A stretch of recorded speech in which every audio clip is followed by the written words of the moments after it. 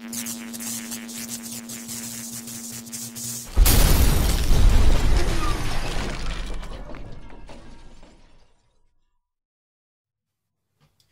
and welcome to Brand X Reviews. Today we're just going to do a quick video to kind of talk about our thoughts with the upcoming Age of Ultron, Avengers Age of Ultron film. It's kind of a pre-release video, so obviously it goes without saying, we're both fairly excited to see the film. Definitely. We're getting it in the UK on the 23rd, which is a Thursday, about a week before America gets it, which is kind of unfair really. It's an American film. No, screw it.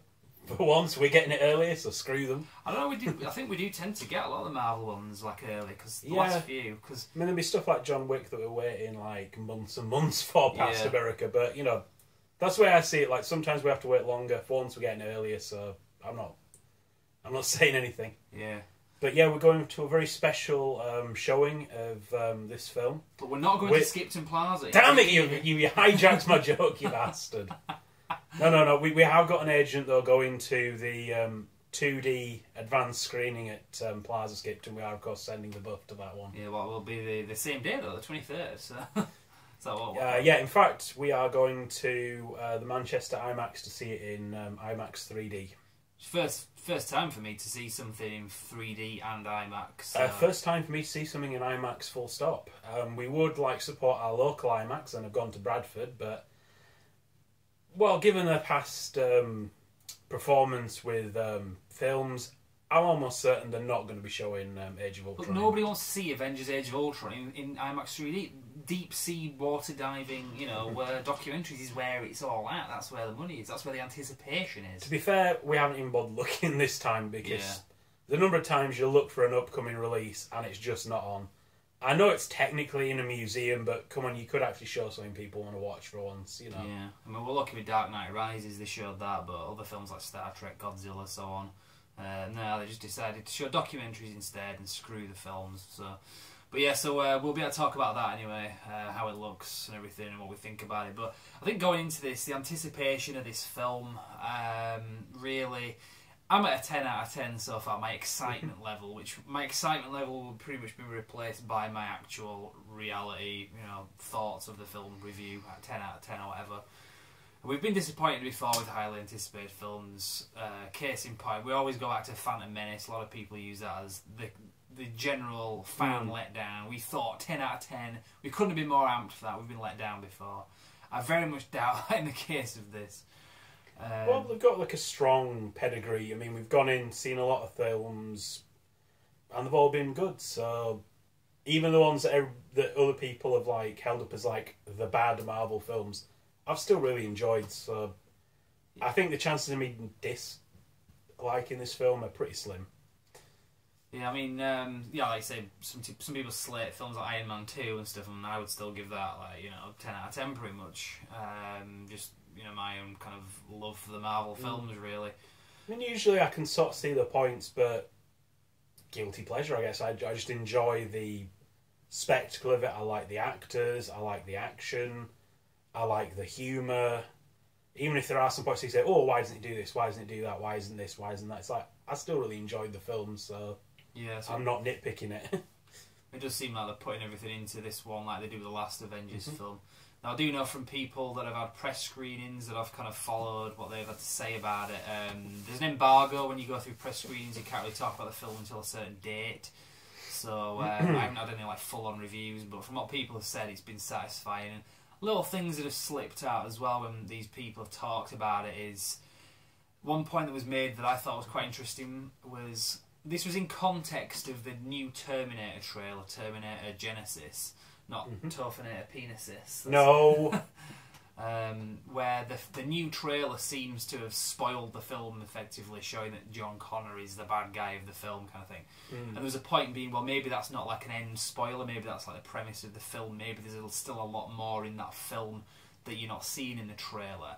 And they said, case in point, Avengers Age of Ultron that we've just gone to see, what was in the trailer was like a fraction. There was so much in the film that wasn't even hinted at in the trailer So they kind of let that slip that there is a lot more to this film than the impression you get from the trailer. So that's exciting to me. Yeah, I'm certainly looking forward to it because we're going to be seeing a few new characters, aren't we? So is Vision in this one? Yeah, Vision's in it. I haven't really given much away about it. Vision, Quicksilver, Scarlet Witch. That's going to be 3 new Avengers we're going to see in this film.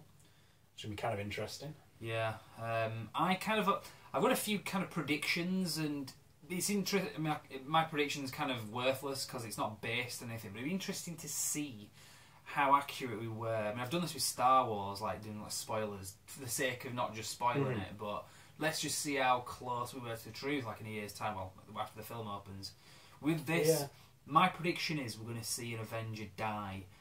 Some people have kind of said that as well, and said maybe Hawkeye, because he's expendable. I think the franchise could survive without him. Yeah, also, I mean, I don't know, I'm not a heavy into the Avengers person, but he's always been one of the lamer Avengers, if you like. The only reason I kind of like him is because of how he was in Avengers Assemble. Yeah, it's pretty cool. The action actually make him quite cool. Otherwise, he's a fairly generic guy with a bow. He's not really got that much going with him that I know about. He's also one of those characters I don't really think he's particularly carried his own comic, or at least not long term. At least not that I know. I think he's mainly just been somebody in the Avengers. Yeah, and I think with these films as well, they haven't really killed anyone off major. The only character that they've actually killed off that has stayed dead has been Frigga, I guess, from Thor: The Dark World.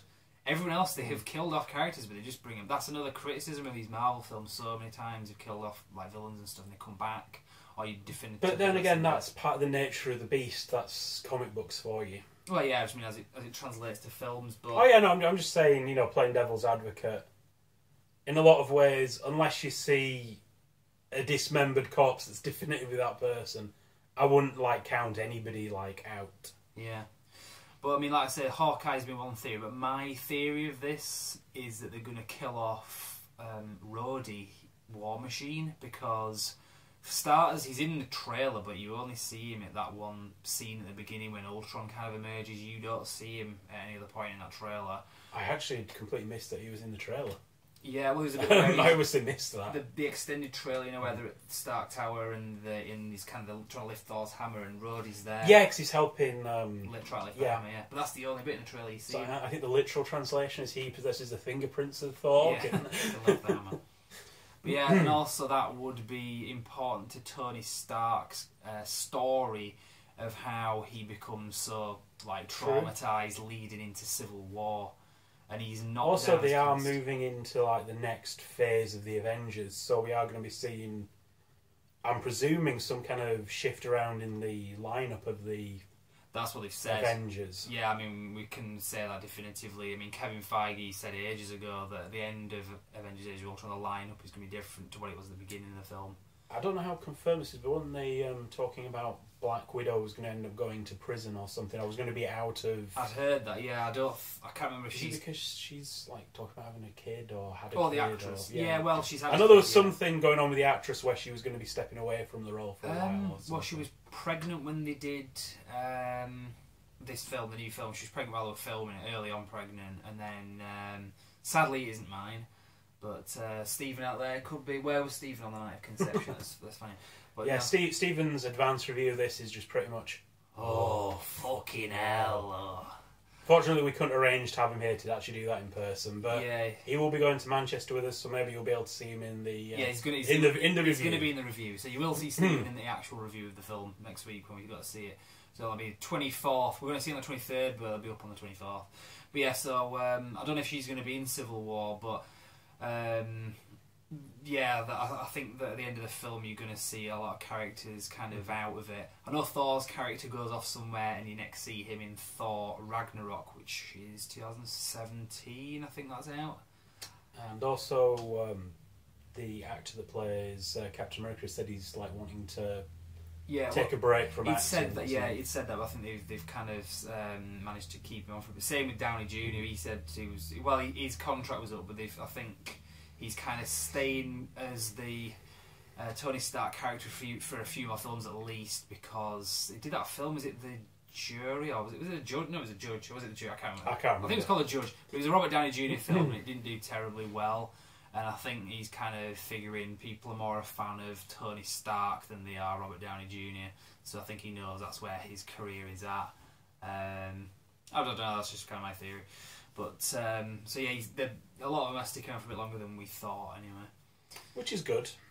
Yeah, I mean, but yeah, interested to see the new Avengers and how they're going to handle that, because in the trailer you tend to see Scarlet Witch and Quicksilver quite a bit with Ultron, or they seem to be like interacting with him. Yeah. So I'm wondering if they're starting out as kind of on his team or on his side or something. I think he's kind of using them because they've been in this experiment that Hydra or whatever. Well, Von Strucker.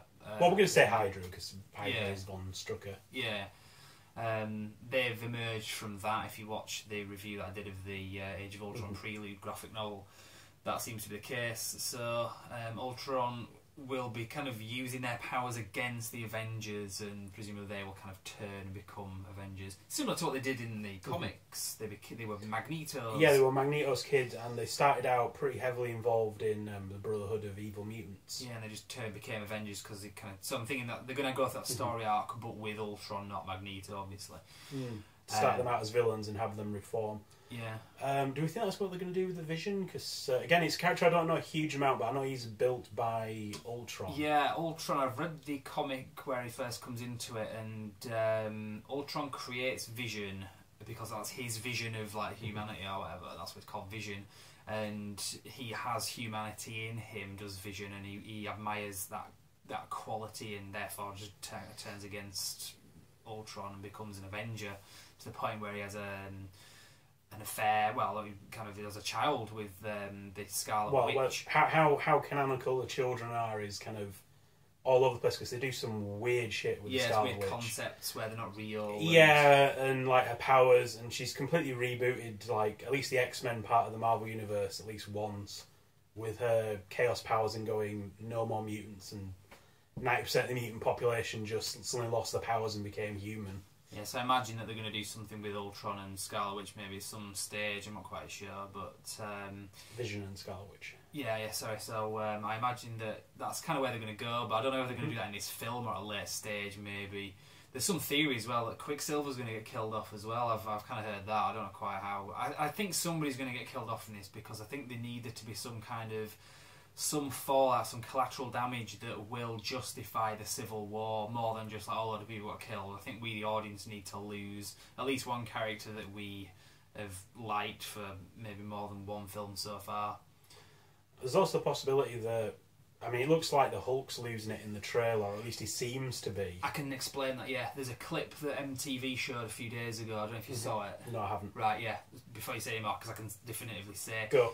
In that, Tony Stark as Iron Man is saying to the Hulk while he's fighting him, look, Scarlet Witch showed you something like, chill kind of thing. It's not real. So that's why they're fighting. I had a theory they were fighting because just Tony Stark's kind of going towards the Civil War thing and saying, look, we're all out of control.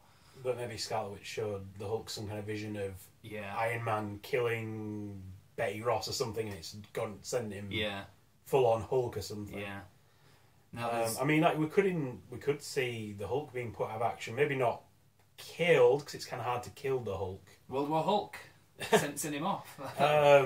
Yeah, I mean they could do something along the lines of maybe Tony Stark has to take down the Hulk and ends the film with him locked away somewhere. Maybe that's part of the reason we've got to rein in the superhumans because we lost control of the Hulk, and my kind of flippancy during the initial Avengers film about like how much he's in control was obviously dead wrong.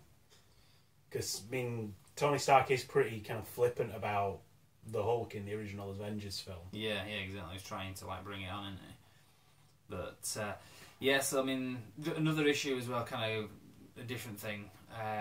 The end credits scene. There's a lot of theories about this. That now, Kevin Feige said this, so it's pretty much gospel. That there is no end credits scene. There is just the tag, which is the midway credits scene.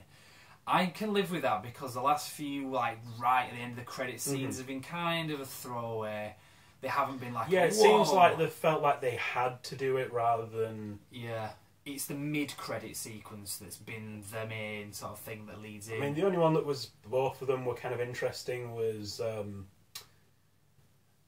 Guardians of the Galaxy, where you got the... In the credits scene where you see the little baby Groot dancing, which is kind of funny. And kind of amusing. And then you get the final kind of scene, which is Howard the Duck. Yeah, but again, it was kind of a throwaway. It didn't lead into anything. Like, it didn't get as like... Well, true, but it was kind of worth watching. It wasn't like the Winter Soldier. It's just Bucky Barnes, the Winter Soldier, is still around. It's like, we know he is. We know he is. You know, he clearly didn't die. Yeah. So that's one thing, but what it's going to be, I imagine it's going to be something to do with Thanos, because from what I understand, the actor that's playing him, I can't remember his name, but Josh Brolin, he is cast as Thanos in this film, so Thanos is going to make an appearance somewhere, and I imagine they're going to save it for that tag, the midway post-credits scene right at the end, so we'll see how that goes. I've read from a number of sources, but again, I think they're just kind of copying each other, that it's going to be a Spider-Man tease, which would be a good idea because it get people kind of excited for this Spider-Man appearance, and it's only next year as well. I heard this thing that it's Stan Lee, and he's like watching a building like collapse, and there's rubble, and Spider-Man just kind of swoops down and saves him, which would make sense because from what I understand, they haven't cast Spider-Man, so they could use like a quick like flash of Spider-Man. Yeah, all you need is like a flash of red and blue or whatever his colour scheme's going to be, and like a web. Now there was talk about the I guess that's our kind of Age of Ultron thing. We can kind of talk about other stuff now. Yeah, we're going to talk a little bit about the Ant-Man trailer. Now, I was the very negative in the initial... Well, not very negative, but when we did our initial kind of talk about it, I wasn't that enthused. I was like, well, you know, given the cred of the Marvel Universe so far, even with stuff like Guardians of the Galaxy, I really didn't think I was going to enjoy to begin with. And things like, I never liked Iron Man before these films. I wasn't a big Captain America fan before these films. But these films sold me on it. But beyond that, I was not interested in Ant-Man in the slightest. This new trailer, however, has definitely grabbed my attention a lot more. It's not... The first one was very sedate. It was a lot of talking. You saw a little bit of the effects of what Ant-Man's going to look like. Very impressive, which you kind of thought it was going to be anyway, you know. That's not exactly a reveal. But this time you actually get to see a little bit more of what the film's going to be about, I guess. You see Yellow Jacket, is it? Yeah, Yellow Jacket. They released a picture of what Yellow Jacket's going to look like a few days before, and then you see him full on in this trailer. Yeah, he looks kind of badass, and he looks to be kind of fighting stuff. And they seem to have gone for like an interesting balance in the trailer between kind of being very tongue-in-cheek, kind of like Guardians of the Galaxy, like you pointed out, and the fact that this isn't going to be a comedy film, this is a serious film, but we're also not going to like ignore the fact that Ant-Man is a bit of a ludicrous character. Like everything that's come before, really. I think they've all kind of known that. It does have a feel of that first Iron Man film. Not obviously, I wouldn't say it's going to be anywhere near as like loved as that, but it does have that kind of feel to it, where they're introducing a new character. I mean, presumably he's going to be in the Avengers eventually.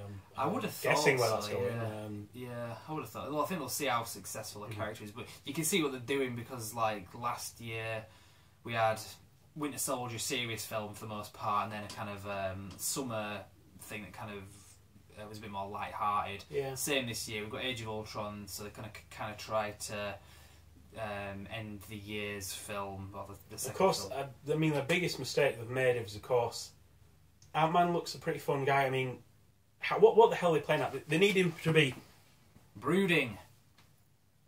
You know, like a goth in a candle shop. if you're not like doing that, like, what's the point? That's not a superhero. Taking the piss out of the DC thing. There was a previous video we did where we were talking about the brooding thing. Yeah, with the well, it's DC pretty much my superheroes. Skype comments when I'd watched it. I was like, this trailer is crap. He's not brooding, you like bastard. Yeah, it's like, it only works if Batman's brooding. If the others are brooding, it doesn't work for the DC things. We like the DC films, by the way. We're just kind of saying that from what we've seen so far, it looks a bit kind of dark and gloomy. Yeah, Marvel seems to be balanced out. I mean, it can be pretty damn serious when it wants to, but it can also have like fun as well. Yeah. So I mean, we've got a lot of that to really kind of see in the Ant-Man film. There's a few little things. I mean, you can see from yourself just by watching the trailer, but I think that stood out to me. Two little things. I mean, I love the Thomas the Tank Engine bit where where you kind of see like an up close thing of Yellow Jacket going as it's like giant Thomas the Tank Engine closing in, and then it just like pans out to it's just a toy and it gets knocked over and it looks really kind of let it in. There's also the other bit where I kind of was curious about this because a few years ago we had the test footage where you had Ant-Man like running down this corridor towards you two suit-wearing security guards, and he runs along the top of the gun after he's shrunk down, and then grabs one of the ties and throws it through a window.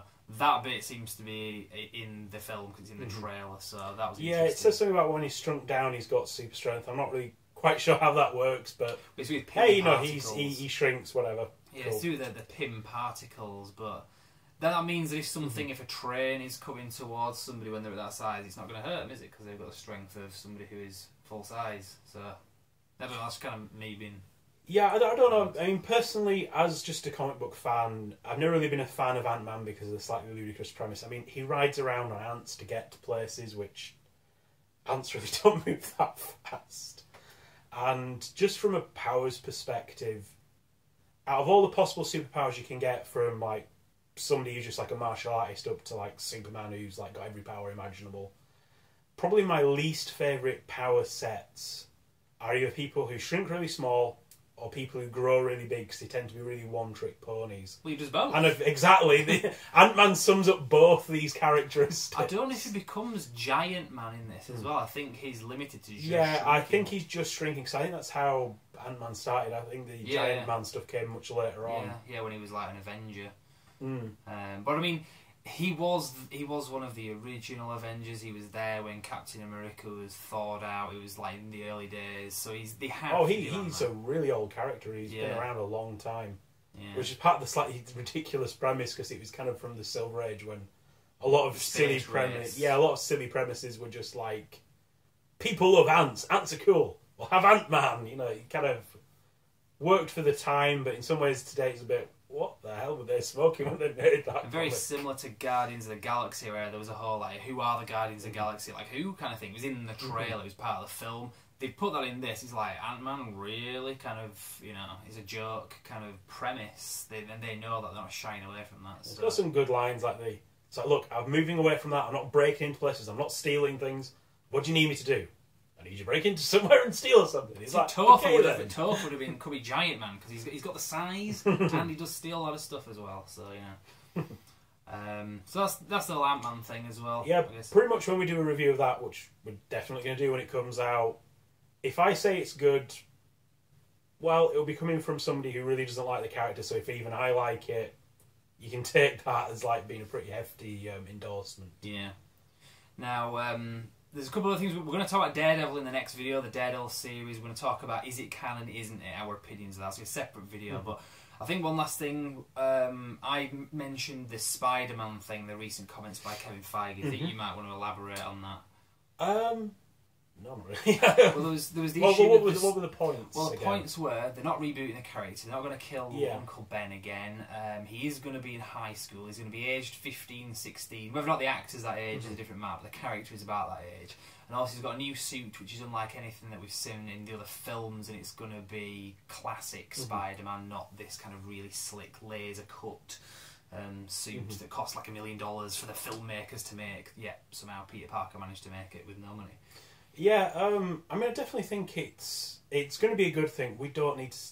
Just from pop culture, if you go up to somebody on the streets, two characters they're probably going to know about, Batman, Spider-Man, because they're really big.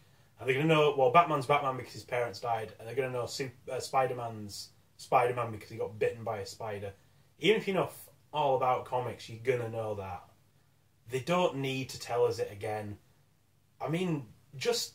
You don't even need to know anything about comic books to know about the whole great power, great responsibility. Because it's injected in so many like other things where somebody will just like quote it or whatever.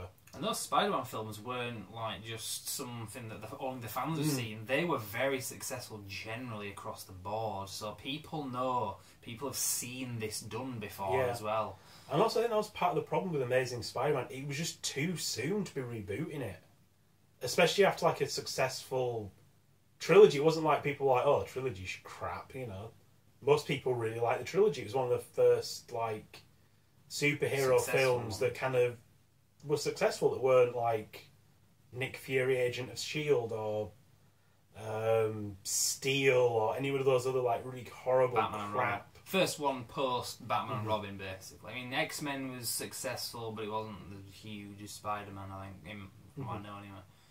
But yeah, so I mean, the Spider-Man. I don't know if I think they're going to announce like the cast of the Spider-Man actor pretty soon, because he is going to be in Civil War, which is out in a year's time. So Captain America 3. So we'll see kind of how that goes. Yeah, I mean, there are different ways they could do his costume. I mean, they could just literally do it like it looks kind of lame, like it did in the TV show and stuff, because the character can still sell it even if the costume looks a little bit lame, because that kind of fits in with the fact that Peter Parker really isn't a top flight kind of hero in a lot of ways. Was the one you were saying, the red spandex with a blue hoodie? Yeah, that was the Scarlet Spider. That wasn't actually... It was the whole thing to do with the Clone Saga, which I'm not getting into because that would be like a video all to itself. It was a ridiculously long thing in the 90s. But for a while, there were two Spider-Men running around. There was Peter Parker Spider-Man, and there was Ben Reilly, named for his uncle Ben, who was Peter Parker's clone, and he called himself the Scarlet Spider. And he wore a very simple red spandex costume with like a blue hoodie with like a Spider-Man logo on it. And I could think they could like make something like that work in a film, because it wasn't supposed to be like a special, oh, it's Spider-Man merchandise or anything. It was, I think, something to do with like a museum exhibit that he just cut the arms off and kind of made it into part of his costume. They don't have to translate from the comic. I mean, they did that with War Machine, partly because they didn't have the rights at the time to use the Norman Osborn premise, but they just said War Machine is James Rhodes, which I know they did in the comics as well. But, you know, they kind of didn't do War Machine exactly as he is in the comics, but they did him nevertheless. They could just use that look, the Scarlet Spider look, and just say, this is the Spider-Man. Change him at a later stage, maybe, with a better costume. I mean, what if he starts, like, palling around with the Avengers or elements of the Avengers? That could be how he gets his, like, really fancy, like, sleek-looking suit, which kind of, you know, looks more like the things we've seen in the Spider-Man films. The other advantage as well to having a younger actor is, if this is successful, they've got an actor that they can go 10, 15 years with. They're not like, right, well, we cast somebody in that first film that was 28, they looked like they could be 18, but they're 28. 10 years later, they're like 38, they're nearly 40. They can't be Spider-Man in the same, you know, the same way that if you get somebody who's actually young, they can play that for a lot of years, a good decade at least. Then again, with Spider-Man, he has gone from being a teenage kid who got spider powers to a married man who was looking at possibly having his own kid, although Mary Jane lost the child in the actual comics. So as much as they're saying, oh, well, we're looking at doing a younger Spider-Man, kind of at the very start of his career, he's still at high school, he's like 15, 16. Theoretically, one day they could also do like here's an older Spider-Man, this is a Spider-Man at the height of his career. Well, it will be like 10, 15 years after they've started him off. So yeah, no, I mean, yeah, definitely. You don't have to keep him. He's not like Bart Simpson where he never ages. But yeah, I mean, more than a lot of comic book characters, he has grown up, he has aged. That's why a lot of people were pissed off with the One More Day kind of event comic that they did, where they basically kind of reset a lot of Spider-Man continuity, and they're like, well, what the hell, we kind of grew up with him, we watched him grow up, he got a job, he got married, you know, what the hell, you just like annulled his marriage, what the fuck? But it's great that they're expanding the universe. I think this could lead into our next video as well, because they're expanding the universe with superheroes. They're saying that, because that was another point that Kevin Feige made talking about Spider-Man, they aren't just going to say, right, he's a new superhero. He's been around for a while in the Marvel Cinematic Universe, we just haven't seen him yet. Which, you can sell that, because if he's street level, if he's going after like purse snatchers and stuff, why would we necessarily see him in Captain America the Winter Soldier or Iron Man 3? Maybe Avengers when there's like Invasion of New York, if he's just like web slinging around and maybe stopping the occasional purse snatcher, he might not even made the papers, really. Yeah, so... Because presumably there will be some people running around trying to emulate the Avengers. Yeah. Probably a lot of them without actually having powers and stuff, kind of like that Batman... which one was the middle one? Do you know what he's like? I'm not wearing hockey pads. Avengers. Oh, The Dark Knight. Yeah, kind of. They could be like copycats running around like that with no powers whatsoever. Yeah. Well, I do know, again, this is going to lead into our next video about Daredevil series, that they're talking about doing a lot of other... I think it's ABC, they're doing some shows with that, with Iron Fist and Luke Cage, maybe, and some other kind of lesser-known superhero characters. Well, when you say lesser known, they still had quite a following, so I could definitely see it work. Yeah. I mean, mainly I only know about Shang-Chi because he was in Maximum Carnage, a Spider-Man thing. And I only really know about Luke Cage, again, from his like crossovers with other people, although I believe he was an Avenger, was Luke Cage. Yeah. And he was in like Age of Ultron comic, I think. Yeah, no, he was, because I'm not going to spoil it. But yeah, no, so that's something we're kind of talking about, how they're expanding the universe, potentially with other smaller sort of minor characters, which would possibly include Daredevil as seen in the new TV series. And I think that's the best place to end this video and pick up in that next one. So see you all later. We will be returning with a quick Daredevil video and definitely a review of Age of Ultron next week. That'll be Friday the 24th. From live from Manchester after we've seen it. Well, maybe not live. We can stream the thing. Well, you can on YouTube, but we're not going to do that. Well, we're going to be recording it. Yeah. Right, so yeah, we'll leave it there and we'll see you in a moment, because I don't think it will take too long between uploading the Daredevil video. We're going to do it straight away. So see you for that. Thank you very much for watching. Peace out.